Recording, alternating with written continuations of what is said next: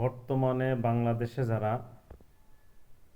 বন্দর রক্ষার্থে এই যে মিছিল করতেছে, আসলে তাদের উদ্দেশ্য বন্দর রক্ষার্থে না। তাদের উদ্দেশ্য হলো তাদের যে পকেটটা যেন রক্ষা হয়।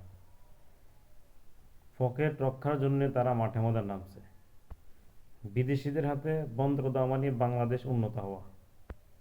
তো যারা দেখবেন বন্দর রক্ষার জন্য মাঠে নামছে, এরা কিন্তু উদ্দেশ্য বন্দর রক্ষা না, উদ্দেশ্য তাদের পকেট রক্ষা করা।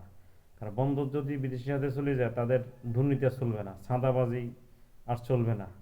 ওই যে চাঁদা খাওয়া, দুর্নীতি করা, চুরি করা, ঠেট দেওয়া, তাদের কথা পণ্য খালাস হবে, তাদের কথা পণ্য খালাস হবে না, এটা চলবে না।